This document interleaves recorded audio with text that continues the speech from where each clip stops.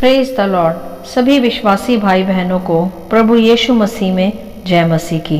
Bible शिक्षा channel पर आप सभी का स्वागत है। हमारे इस चैनल को देखने के लिए आप चैनल को सब्सक्राइब करें और बेल आइकन के ऑल बटन को ज़रूर दबाएं, तभी आपको हमारी आने वाली हर वीडियो का नोटिफिकेशन मिलता रहेगा। आज मैं आपके लिए बाइबल की पुस्तक से बैतसदा के अंधे को चंगा करने की कहानी का संक्षिप्त विवरण लेकर आई हूँ, जो आपको मरकुस अध्याय 8 के वचन 22 से 26 में देखने को मिल जाएगा। तो चलिए भाइयों बहनों, वीडियो स्टार्ट करते हैं। बाइबल दर्शाती है यहाँ कि यह उस समय की बात है जब प्रभु यीशु मसीह बैतसदा नाम के एक गांव में गए। तब वहां के लोग यह जानकर कि नासरत का यीशु जो बड़े बड़े चिन्ह और चमत्कार करता है वह इस गांव में आया हुआ है, तो वह लोग एक अंधे को प्रभु के पास ले आए और प्रभु से विनती करके कहने लगे कि प्रभु उस अंधे व्यक्ति को छुए। मेरे प्रियो, यहाँ एक महत्वपूर्ण बात ध्यान देने की यह है कि वे बैतसदा के लोग प्रभु को जानते थे, परंतु प्रभु पर उस तरह से विश्वास नहीं रखते थे जैसा उन्हें रखना चाहिए था। बस वह प्रभु को चिन्ह व चमत्कार करने वाला ही मानते थे और यही सोचकर वह उस अंधे मनुष्य को भी प्रभु के पास लाए कि प्रभु उसे छुए और वह चंगा हो जाए। और मैं ऐसा समझती हूँ कि उस अंधे व्यक्ति को जब पता चला होगा कि यीशु नासरी उसके नगर में आया है, तो उसने भी चाहत रखी होगी कि वह यीशु के द्वारा चंगा हो, क्योंकि वह भी जान गया होगा कि यीशु प्रभु बीमारों को चंगा करते व दुष्ट आत्माओं को निकालते हैं। तो जब प्रभु उस बैतसदा में आए तो कुछ लोग उस अंधे व्यक्ति को लेकर प्रभु के पास आए। तब जब उन लोगों ने यीशु से यह विनती की कि वह उस अंधे व्यक्ति को छूकर चंगा करे, तब हम देखते हैं वहाँ कि लिखा है कि वह उस अंधे का हाथ पकड़कर उसे गांव के बाहर ले गया। पकड़कर गांव के बाहर ले गया अर्थात यह कि लोगों ने सोचा यीशु छूकर उसे चंगा करे, परंतु प्रभु यीशु की चाहत वहां कुछ और ही थी। प्रभु वहां छूना नहीं परंतु पकड़ना चाहते थे। जैसे प्रभु ने उस अंधे को छुआ नहीं, वरन उसका हाथ पकड़कर उसे वहां से बाहर ले गए। उन परिस्थितियों से बाहर, उन गुलामियों से बाहर, उन निराशाओं से बाहर, उन अविश्वासी माहौल से बाहर, उन अंधेरी दुनिया से बाहर जिसमें वह कब से पड़ा था। प्रभु ने वहीं उसे छूकर चंगा कर छोड़ देना नहीं चाहा कि वह फिर से उन्हीं पुरानी गुलामियों में चला जाए। पहले सर्वप्रथम प्रभु ने उसका हाथ पकड़ा और फिर वह उसे उस गांव से बाहर ले गया। और फिर लिखा है वहां कि प्रभु ने उसकी आंखों में थूक कर उस पर हाथ रखे और उससे पूछा कि क्या तू देखता है। अर्थात यह कि मेरे प्रियो, प्रभु ने सर्वप्रथम उस अंधे व्यक्ति की शुद्धि ऐसे ली कि उसे उस बैतसदा के अविश्वासी माहौल से बाहर किया, जहाँ के लोगों को बस यीशु से चिन्ह व चमत्कार ही चाहिए थे, अनंत जीवन या सदा के लिए छुटकारा नहीं। इसीलिए वे भी चाहते थे कि यीशु आए, हाथ रखे और अंधा देखने लगे और बस काफी है, इससे ज्यादा और कुछ नहीं। मेरे प्रियो, आज भी ऐसे बहुत से लोग हैं मसीहत में जो चाहते हैं कि बस हमें यीशु का चिन्ह और चमत्कार मिल जाए, आशीषें मिल जाए, बस यही काफ़ी है, इससे ज़्यादा और कुछ नहीं। वे नहीं चाहते कि यीशु उन्हें सदा के लिए पकड़ ले, थाम ले। वे चाहते हैं कि बस हमें चंगाइयाँ व बरकतें ही मिल जाएं, जो यही पृथ्वी का ही भाग है। आगे किसने देखा है, ऐसा उनका दृष्टिकोण होता है। बस ऐसा सा ही विश्वास था बैतसदा वासियों का कि वह चिन्ह चमत्कार के पीछे ही यीशु को मिलते तथा छूने की विनती करते। परंतु मेरे प्रियो, यीशु ने अगर ठान लिया कि किसी मनुष्य का पूरा पूरा उद्धार करना है, उसे अनंत जीवन का वारिस बनाना है, तो फिर प्रभु उसे केवल छूता नहीं वरन उसे पकड़ लेता है। हालेलुया।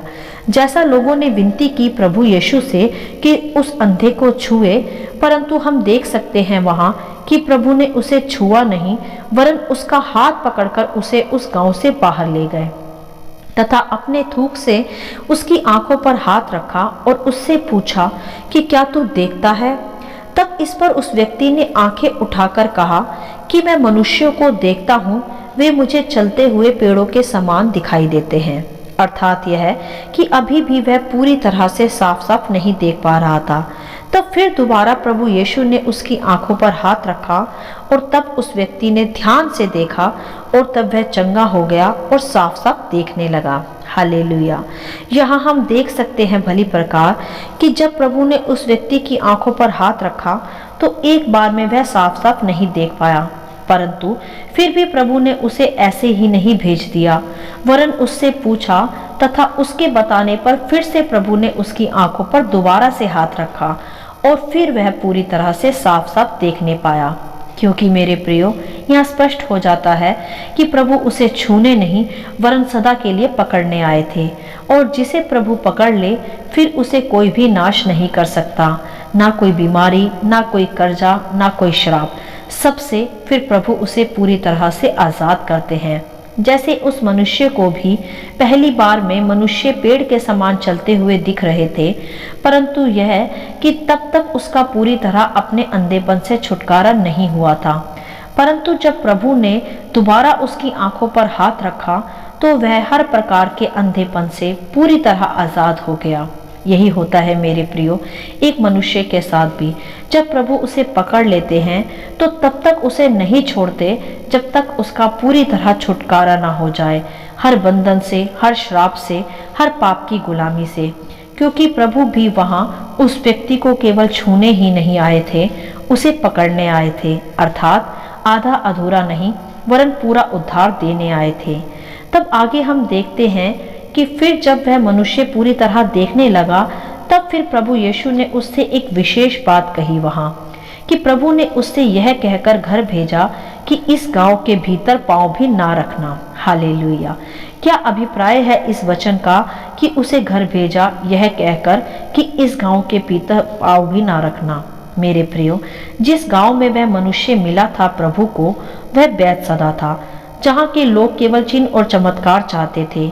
वे चाहते थे कि प्रभु आए, वहां के बीमारों को चंगा करे, आशीष दे, चमत्कार करे और वापस चला जाए, बस इतना ही। अर्थात वे विश्वासी नहीं, केवल चिन्ह और चमत्कार के लालसी थे। परंतु वह अंधा मनुष्य जो प्रभु के आने की कब से बाट जो रहा होगा, वह चाहता था पूरा छुटकारा। उसी की चाहत के कारण प्रभु वहां बैतसदा आए और उस मनुष्य को पकड़ा, उस गांव से बाहर ले गए और फिर उसे चंगा भी किया। और जब वह पूरी तरह चंगा हो गया तब उससे कहा कि उस गांव में वापस मत जाना। क्योंकि बैतसदा के विषय प्रभु लूका अध्याय 10 के वचन 3 में भी कहते हैं कि हाय खुराजीन, हाय बैतसदा, जो सामर्थ के काम तुम में किए गए, यदि वे सूर और सैदा में भी किए जाते तो टाट ओढ़कर और राख में बैठकर वे कब के मन फिराते। अर्थात यह स्पष्ट हो जाता है पूर्ण रीति से कि प्रभु ने बैतसदा में इससे पहले भी बड़े बड़े चिन्ह और चमत्कार किए होंगे, परंतु उन लोगों ने कभी भी प्रभु पर विश्वास कर पापों से मन नहीं फिराया। इसीलिए प्रभु को वे लोग कहते थे कि प्रभु उन्हें छूकर ही चंगा करे और वापस चला जाए, परंतु अनंत जीवन की व पापों से मन फिराने की बातों पर उनका मन ही नहीं था। अर्थात यह कि मेरे प्रियो, आज भी ऐसे बहुत से मनुष्य कलीसिया में आते हैं छुटकारा पाने, चंगाइयाँ पाने, परंतु वे अपने पापों से मन नहीं फिराना चाहते। उनके लिए ही प्रभु आज कहते हैं कि सूर और सैदा जो पाप से भरा देश था, उसकी दशा न्याय के दिन सहनीय होगी इनसे ज्यादा। क्योंकि सूर और सैदा में प्रभु के वचनों का प्रचार नहीं किया गया, वे पाप से भरे थे, उन्होंने कभी यीशु को जाना ही नहीं। परंतु बैतसदा ने तो यीशु को सुना भी था और देखा भी था, परंतु वे केवल तब भी चंगाई के पीछे ही रहे, मन फिराव के नहीं। इसीलिए प्रभु ने उस अंधे व्यक्ति को चंगा कर उसे उस गांव से बाहर जाने को कह दिया।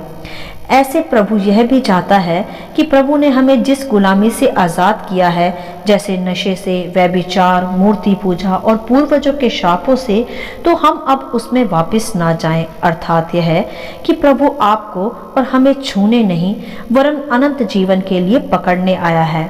तो मेरे प्रियो, आज से आपकी दुआएं बदल जाएं। आप प्रभु से यह विनती ना करें कि वह केवल आपको छू ले, वरन आप कहे कि हे प्रभु, आप हमें व हमारे हाथों को सदा के लिए थाम ले, पकड़ ले, और ऐसी पकड़ कि हम अनंत काल तक आपके साथ साथ चलें, अपनी पुरानी गुलामियों में, अपनी पुरानी शैतानी बीमारियों में वापस ना लौटे, वरन आपका हाथ पकड़े पकड़े अपने घर, अपने पिता के घर वापस जा सके। जैसे प्रभु यीशु ने उस अंधे को चंगा करके यह कहकर उसे घर अर्थात पिता के घर का वारिस बनाकर कहा कि इस गांव में वापस ना आना। हम तभी अनंत जीवन के वारिस बन पाते हैं मेरे प्रियो, जब हम अपने पुराने मनुष्यत्व और पुरानी मनोदशा को त्याग देते हैं और पूरी रीति से प्रभु की विश्वास योग्यता की बाट जोते हैं। तब हमारे इर्द गिर्द का माहौल कैसा भी हो, हमारी चाहत को देखकर, हमारे प्यास को देखकर, हमारी भूख को देखकर प्रभु यीशु हमारी ओर खींचे आते हैं और फिर प्रभु हमें पकड़कर सदा के लिए उस माहौल से जो अविश्वास से भरा है, जो बुराइयों से भरा है, जो सताव से भरा है, उसमें से निकालकर हमें पिता के घर का वारिस बना देते हैं और यह आशा करते हैं कि फिर से हम उस दासत्व के जुए में ना जुटे, वरन परमेश्वर की आज़ादी को प्राप्त कर, छुटकारे को प्राप्त कर, अनंत जीवन के लिए, सदा के लिए उसके राज्य के वारिस बन जाएं। हालेलुया। आशा करती हूँ इन वचनों का संक्षिप्त विवरण आप सभी को समझ में आया होगा। परमेश्वर आपको अपनी पवित्र आत्मा की भरपूरी से सदा भरता रहे। यदि आप चाहते हैं कि दूसरे भी इसे सुनकर आशीष पाएं, तो आप दूसरों के साथ भी इसे शेयर कर सकते हैं, क्योंकि हमारे प्रभु यीशु मसीह की यही इच्छा है। आमीन and God bless you all.